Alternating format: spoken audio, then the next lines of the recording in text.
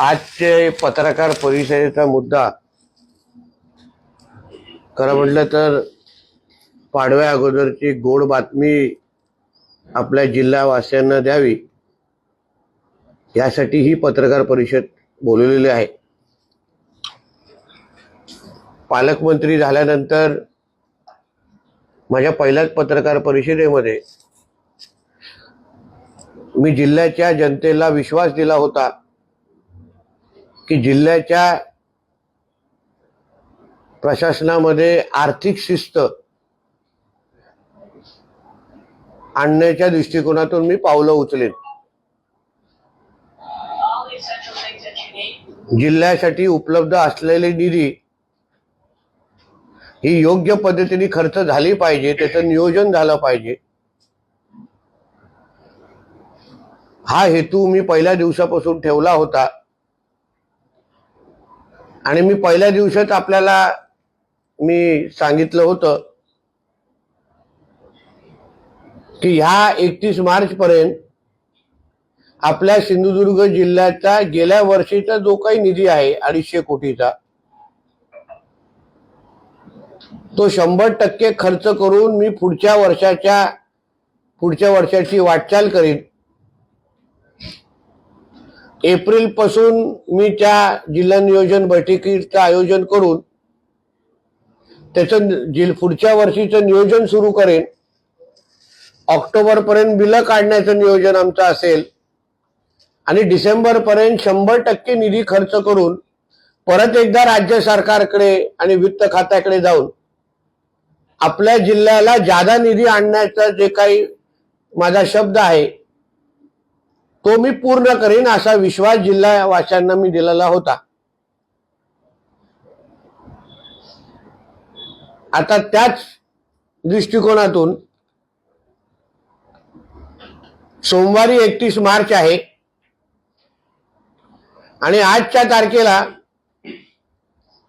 गेल्या वर्षीच्या निधीमध्ये 98% निधी आपल्या जिल्ह्याचा खर्च झालेला आहे। म्हणजे जवळ 250 कोटी जे प्राप्त झाले होते त्याच्यामध्ये 98%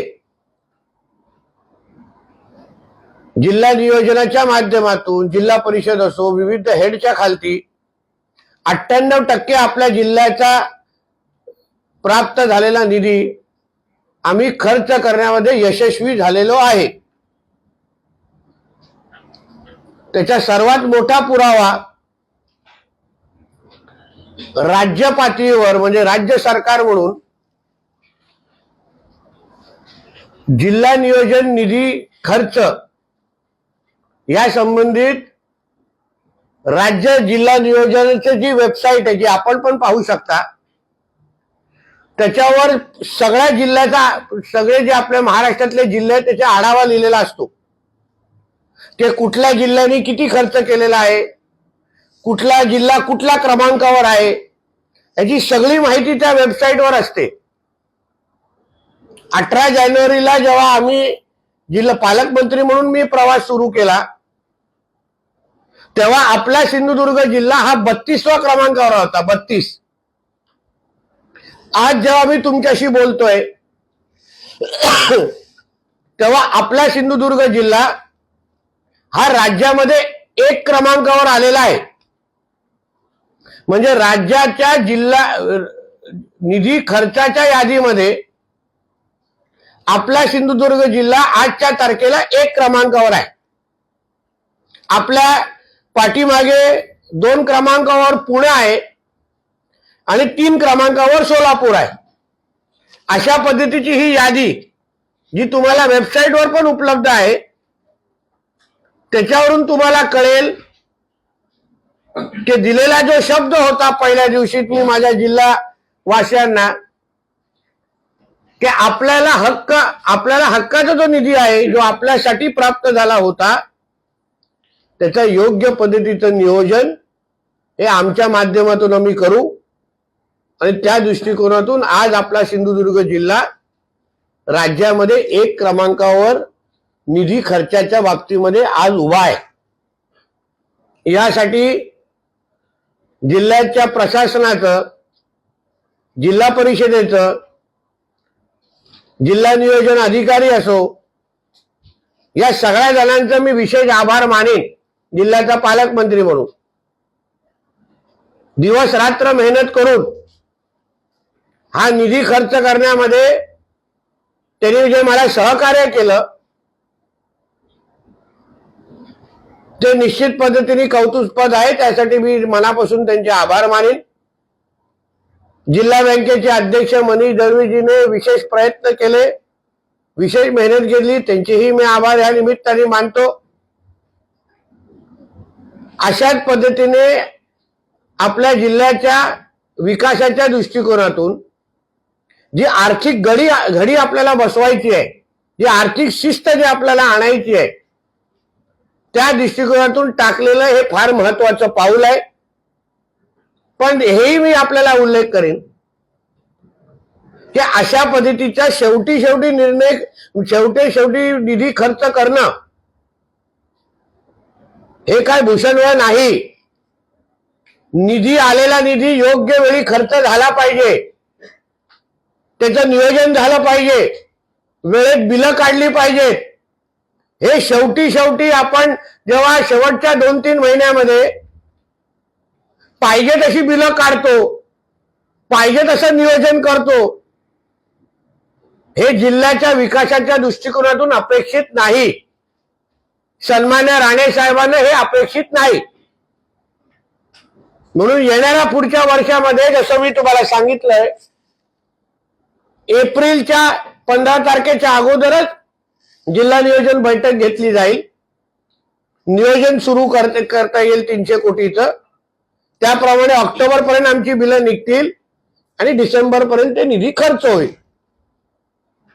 जेणेकरून जिल्ह्याच्या विकासाबाबतीमध्ये जो शब्द आम्ही महायुतीचं सरकार म्हणून, पालकमंत्री म्हणून मी माझ्या जिल्हावासियांना दिलेला, त्या दिशेने माझे वाटचाल सुरू आहे. लोकांच्या विकासाच्या पलीकडे किंवा विकासाच्या मार्गावर कोणीही आडवं येत असेल तर मी सहन करणार नाही, ही भूमिका माझ्या पहिल्या दिवसापासून होती. काही अधिकाऱ्यांनी थोडा कंटाळा दाखवला, नियोजन योग्य पद्धतीने केलं नाही, त्यावेळी त्यांचा समज दिली गेली, त्यांना शासन केलं गेलं. जिल्हा परिषदेमध्ये जे काही गोष्टी नियोजनाच्या एकंदरीत चौकटीत बसत नव्हत्या, त्या गोष्टीवर आम्ही सुधार करण्याची प्रक्रिया आमची सुरू झालेली आहे. ज्या बिंदूंमध्ये, ज्या क्षेत्रामध्ये निधी योग्य पद्धतीने खर्च करून जिल्ह्याच्या नागरिकांचं दरडोई उत्पन्न वाढवण्यासाठी ज्या वर्गामध्ये, ज्या सेक्टरमध्ये आम्हाला निधी खर्च करायला पाहिजे, जे नियोजन करायला पाहिजे, त्या दृष्टिकोनातून आम्ही हे नियोजन केलेलं आहे. ज्या हेडच्या खालती खर्च केल्यानंतर जिल्ह्याच्या नागरिकांचा आर्थिक विकास होईल, राहणीमान सुधरेल, दरडोई उत्पन्न वाढेल, त्या सेक्टरमध्ये आम्ही तो निधी उपलब्ध करून देण्याचा प्रयत्न केलेला आहे. येणाऱ्या वर्षामध्ये पण आमच्या इथे दारिद्र्य खाली किंबहुना कुपोषण मुक्त जिल्हा करण्याच्या दृष्टिकोनातून आम्ही पावलं उचलतोय. आमच्या जिल्हा बँकेने त्याच्यामध्ये पुढाकार घेण्याचा ठरवलेला आहे. आमच्या जिल्ह्यामध्ये गरिबी संपावी, मागास जिल्हा हे जे काही टपका मध्ये कोणतरी बोलायला प्रयत्न करतात, राणे साहेबांनी त्यांच्या प्रवासामध्ये आपल्या जिल्ह्याला आर्थिक समृद्धीकडे घेऊन गेले. त्याला फार मोठा हातभार आमच्या रवी चव्हाण साहेबांनी लावला. पण रस्ते, पाणी ह्याच्या पलीकडे आमच्या जिल्ह्याला पर्यटनाच्या दृष्टिकोनातून, व्यवसायाच्या दृष्टिकोनातून, कृषीच्या दृष्टिकोनातून, उद्योगाच्या दृष्टिकोनातून एक आकर्षित केंद्र बनावं, गुंतवणुकीसाठी आकर्षित केंद्र बनावं, या दृष्टिकोनातून येणाऱ्या वर्षामध्ये आम्ही पावलं उचलणार आहोत. आणि त्याचा अनुभव पत्रकार मित्र म्हणून तुम्हाला निश्चित पद्धतीने येतील एवढा विश्वास या निमित्ताने मी व्यक्त करतो. या संबंधित आपले काही प्रश्न असतील तर आपण विचारू शकता.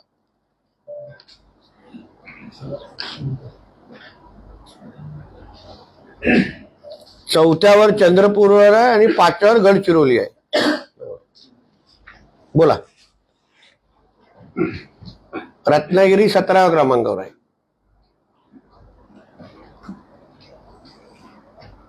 पुढील वर्षासाठी याहून अधिकची मागणी असेल का? निश्चित असेल ना. जसं मी तुम्हाला त्यावेळी जेव्हा आमच्याकडे 300 कोटी प्राप्त झाले तेव्हाच मी तुम्हाला सांगितलेलं होतं की बाबा 300 कोटी हे मी जेव्हा डिसेंबर पर्यंत आम्ही खर्च करून टाकू तो परत एकदा वित्त मंत्र्यांकडे जाऊन आम्हाला तुम्ही अजून 100 कोटी द्या अशी मागणी आम्ही त्या निमित्ताने करण्यासाठी आम्ही बरोबर त्या चौकटीत बसू शकतो.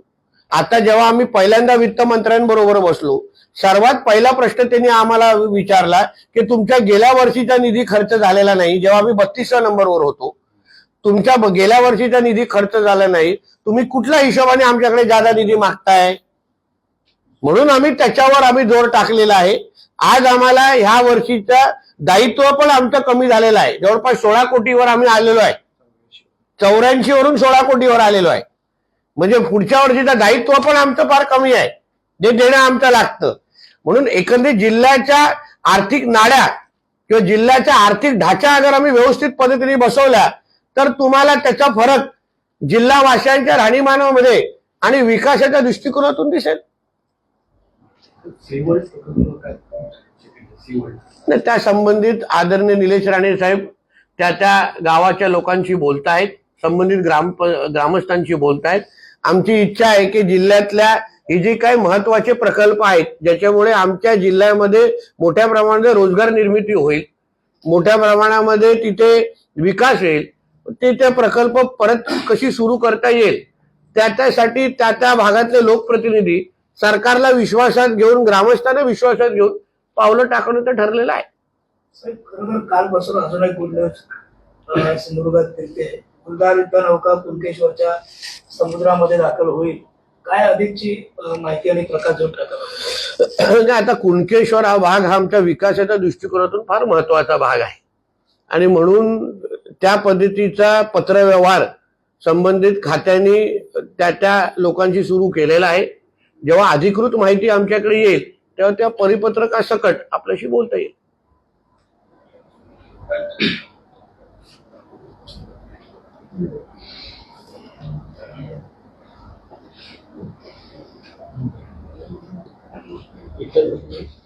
नवीन धरण प्रकल्पांचा आपण आढावा घेतला, विशेष पॅकेजचे पैसे आपण सांगितलं. यावर्षी या गावात काय काम सुरू होईल की कसं काय? हो, आता त्या संबंधितलं जे पहिलं जे पॅकेजचे जे वितरण आहे त्या आर्थिक पॅकेजचे वितरण आता सुरू होईल. लोकांना पैसे मिळायला लागतील, दुसऱ्या बाजूने काम पण सुरू होईल. त्या दिवशी अतिशय सकारात्मक बैठक संबंधित मंत्री आमचे गिरीश महाजन साहेब, आपले कलेक्टर, मी स्वतः, त्या खात्याचे सचिव, आपल्या जिल्ह्याचे ज्या हे अधिकारी आहेत आपले भोसलेंच्या जागी ते आता मॅडम आलेले आहेत, त्या सगळ्या संबंधित आमची चांगली चर्चा आमची झालेली आहे. भूसंपादन अधिकारी जे आहे त्यांच्या चर्चेला आता मला वाटतं तोही प्रकल्प आता सुरू होईल. सर, नद्यामधील गाळ काढणं आपण सुरू केली की आता पुढे कशी होईल? आता पहिलं आता वरवण्याचं काम सुरू आहे, बांधायचं काम सुरू होणार आहे व कुडाचं काम सुरू आहे. टप्प्याटप्प्याने आपल्या इकडे जो गाळ काढण्याची जी मशीन जी राणे साहेबांच्या कारकिर्दीमध्ये आलेली ती आता वेंगुर्ल्याकडे उपलब्ध केलेली आहे. तसंच जिल्ह्याच्या अन्य भागामध्ये पण ती मशीन उपलब्ध करण्यात येईल. तसंच टप्प्याटप्प्याने जिथे जिथे गाळ काढण्याची मागणी आहे, मला वाटतं आशे गावामध्ये पण काम सुरू झालेलं आहे गाळ काढण्याचं. टप्प्याटप्प्याने त्या गोष्टी सुरू करण्यात येईल. जसं मी तुम्हाला त्याच दिवशी सांगितलेलं की बाबा पूर परिस्थिती आपल्या जिल्ह्यामध्ये निर्माण होऊ नये यासाठी ज्या ज्या भागाला ज्या ज्या नद्यांना आम्हाला प्राधान्यक्रम द्यायला लागेल त्या लोकांना प्राधान्यक्रम देऊन आम्ही तिकडच्या गाळ काढण्याला प्राधान्य देणार आहोत. मागणीची यादी फार मोठी आहे, पण त्यात प्रत्येकाला न्याय देण्याचा प्रयत्न आम्ही आमच्या माध्यमातून करू. दिशा सालियन आर्थिक बाबीमुळे अडचणी होती, शिवाय वडिलांना एका अफेअरमुळे त्यांना पैसे देऊन थकली होती, असे कारण क्लोजर रिपोर्टमध्ये आलं. मुळामध्ये तो क्लोजर रिपोर्ट नाही आहे. आता मग तुम्ही कुठल्या रिपोर्ट मध्ये, कुठे आहे तो क्लोजर रिपोर्ट, कोणाकडे आहे? आता त्या मालाडच्या पोलीस स्टेशन संदर्भात क्लोजर रिपोर्ट, पोस्टमॉर्टम रिपोर्टच्या संदर्भात दिशा साल्यांच्या वडिलांनीच प्रश्नचिन्ह निर्माण केलेलं आहे. अगर ती एवढ्या आर्थिक अडचणीत होती तर मग ती डिसेंबरला लग्न कशी करणार होती, जी माहिती अनुसार. म्हणून पोस्टमॉर्टम रिपोर्ट, क्लोजर रिपोर्ट, मालाडच्या पोलीस स्टेशन तर महाविकास आघाडीच्या कोणाच्या आदेशाखाली तेव्हा चालत होते. 2दा आयोग मग का बदलले पोलीस स्टेशननी तेव्हा? आणि म्हणून मला असं वाटतंय की तेव्हाच्या एकंदरीत चौकशी संदर्भात दिशा साल्यांच्या वडिलांनीच प्रश्नचिन्ह निर्माण केलेलं आहे. म्हणून येणाऱ्या वेळी जे कोर्टामध्ये तारखा होईल त्यावेळी दूध का दूध, पाणी का पाणी होऊन जाईल. कुणाल कामराला पोलिसांच्या थर्ड डिग्रीचा वापर करावा लागेल असं शंभूराज देसाई म्हणतात. तुम्ही तो प्रश्न त्यांना विचारला पाहिजे. हे आता कदाचित तुम्हाला आकडे कळले नसतील म्हणून हे प्रश्न येत आहेत का? पत्रकारांनी थोडा फायनान्सचा पण अभ्यास कधीतरी करावा, जेणेकरून थोडा फायदा होईल आपल्याला. उद्धव ठाकरे म्हणतात विरोधी पक्षनेता पद काही काळ रिकामी ठेवणार, यामध्ये सत्ताधाऱ्यांचा मास दिसतो असं उद्धव ठाकरे. कदाचित त्यांना उद्धव ठाकरेंचा आणि अभ्यासाचा तसा संबंध येत नाही, कारण त्यांना ज्यांना मूळ अर्थसंकल्प कळत नाही, नियम कायदे कळत नाही. आपल्या देशामध्ये डॉक्टर बाबासाहेब आंबेडकरांच्या संविधानाप्रमाणे चालणारा आपला देश आहे आणि देशामध्ये जो कायदा संसदेला लागू होतो तोच कायदा राज्य सरकारला पण लागू होतो. संसदेमध्ये आपल्याला जेव्हा योग्य आपल्याकडे आकडा नव्हता म्हणून आपल्याकडे विरोधी पक्ष नेता नव्हता त्या टर्ममध्ये, तसंच तोच नियम प्रत्येक राज्याला पण लागतो. आता ह्याची माहिती कदाचित उद्धव ठाकरेंना घेण्यासारखं वाटली नसेल. जसं मी तुम्हाला बोललो, अभ्यास आणि उद्धव ठाकरे याच्या काडी मात्र संबंध आहे, कारण का ढ विद्यार्थी आहे. ढ विद्यार्थ्याला आकडे आणि कायदा कानून समजत नाही, त्याच्यातला तो प्रकार आहे. साहेब, अल्पसंख्याक अध्यक्ष जे आहेत तारिक खान हे असं म्हणतात की मंत्री नितेश राणे ते चिथावणीवर भाषण करतात आणि 2 समाजामध्ये तेढ निर्माण करण्याचं काम करतात. आपण नरेंद्र मोदी यांच्याकडे आपण याची तक्रार करणार आहोत. कोणाला आमच्या पंतप्रधानांकडे तक्रार करायची आहे त्याला मी त्यांना थांबवू शकत नाही, पण त्यांनी पण त्यांच्या समाजामध्ये जे जिहादी मानसिकतेचे जे काही कार्टे आहेत, जे हिंदू समाजाचा द्वेष करतात, आमच्या सणासुदीच्या वेळी उन्माद गाजवतात, आमच्या हिंदू समाजाच्या विरुद्ध षडयंत्र करतात, त्यांना समजवण्याची भूमिका ते कधी घेणार आहेत का? तेवढी हिंमत दाखवणार आहेत का? आमच्या राष्ट्राला अगर इस्लाम राष्ट्र बनवण्याचं अगर षडयंत्र इकडचे देशामध्ये राहणारे काही जिहादी मानसिकतेची अगर मुसलमान करत असतील तर त्यालाही समर्थन ते करतायत का? जे पाकिस्तान जिंदाबादचे नारे देतात, जे हिरवे झेंडे फडकवतात, सर तन से जुदावाले नारे देतात, त्याही नाऱ्यांना, त्याही घोषणांना या संबंधित खानची समर्थन आहे का? देश हितामध्ये, राष्ट्र हितामध्ये अगर आम्ही भूमिका घेत असू, हिंदुत्वाची अगर आम्ही बाजू मांडत असू तर त्याच्यामध्ये काही चुकीचं नाही. म्हणून त्यांना तक्रार करायची तर निश्चित पद्धतीने करावी. आम्ही काय त्यांना थांबवायला जाणार नाही, पण मुळामध्ये ते पण एका हिंदू राष्ट्रामध्ये राहतात हे त्यांनी विसरू नये. गृहमंत्री अमित शहा म्हणाले की भारत म्हणजे धर्मशाळा नव्हे, कोणीही वाईट उद्देशाने देशात आल्यास त्याच्यावर कारवाईच होईल. अमित शहा साहेब जे बोलतायत त्याला आम्ही सगळेजण दुजोरा देतो ना. आमचे नेते आहेत, देशाचे गृहमंत्री आहेत, अतिशय यशस्वी पदाचे गृहमंत्री आहेत, म्हणून त्यांनी घेतलेली भूमिका ही देशाच्या राष्ट्रीयतेला अजून भक्कम करणारीच आहे. भाजपच्या माध्यमातून सौगात ए मोदी योजना राबवली जाते आणि त्यावरून उद्धव ठाकरे म्हणतात की सौगात ए मोदी नाही तर सौगात ए सत्ता असं आहे आणि तुमचं ती भूमिका जी आहे ती निवडणुकीपुरती राहणार आहे की नेहमी कायमस्वरूपी राहणार आहे? तुम्ही हिंदुत्व सोडलंय असं जाहीर उद्धव ठाकरे. आम्हाला हिंदुत्वाचं सर्टिफिकेट उद्धव ठाकरेला द्यायची गरज नाही. ज्यांनी स्वतः त्याचं राजकीय धर्मांतर झालेलं आहे. आम्ही ह्यांच्यासारखे आजांचे स्पर्धा तरी घेतलेले नाहीत. आमच्या स्वागतासाठी लोक अल्लाह अकबरचे नारे देत नाहीत. आजही जय श्रीरामचेच नारे देतात, वंदे मातरमचेच नारे देतात, भारत माताची नारे देतात. म्हणून उद्धव ठाकरे सारख्या मुल्ला मौलवीच्या समोर झुकणाऱ्या लोकांनी आम्हाला हिंदुत्वाचे सर्टिफिकेट देऊ नये, दाढी कुरवडत बसावं. उद्धव ठाकरे असंही म्हणतात की भाजपच्या झेंड्यावरती हिरवा रंग आहे, तो कधी काढणार आहात? आमचा झेंडा कसा दिसावा याची चिंता उद्धव ठाकरेंनी करू नये. तुझा पहिला भगवा झेंडा तर हिरवा पूर्ण झालेला आहे, त्याची पहिली चिंता करावी. कारण आता भगवा आणि उद्धव ठाकरेचा काही संबंध झालेला नाही. भगवाचा द्वेष करणाऱ्यापैकी उद्धव ठाकरे पहिला 1 क्रमांकावर आहे, हे लक्षात ठेवा. सर, सर्वप्रथम तुमचं अभिनंदन की कॅबिनेट मिनिस्ट्री म्हणून पहिल्यांदाच तुम्ही अधिवेशनाला यशस्वीपणे सामोरे गेला. एकूणच अधिवेशनाचं सार काय सांगाल?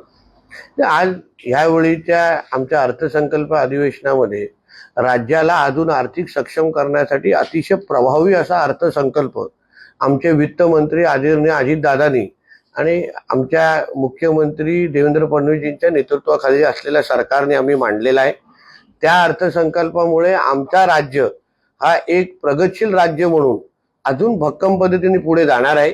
आणि या 3 आठवड्याच्या अधिवेशनामध्ये सत्ताधारी म्हणून राज्य हिताचे जे मुद्दे मांडायचे होते, जे महत्वाचे विधेयक आणायचे होते, ते आम्ही यशस्वी पद्धतीने मांडलेले आहेत, समोर आणलेले आहेत.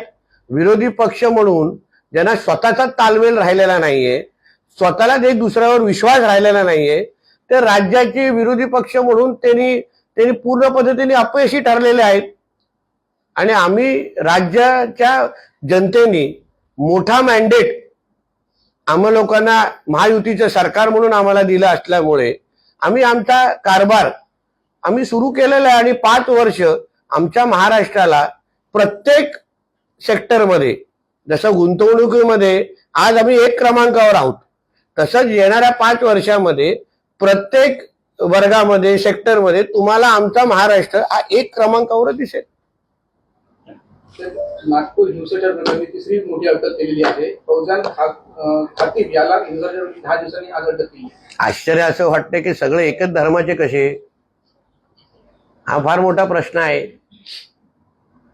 मग या जिहाद्यांच्या विरोधात बोलणं, मग नितेशाने चुकला कसा? जे आमच्या राष्ट्रविरोधात बोलणारे, जे लोक आमच्या राज्याच्या विरोधात हिंसा करणारे सगळे एकाच धर्माचे निघत असतील तर समाजाला को इशारा काफी आहे. एबीपी माझा, उघडा डोळे बघा नीट.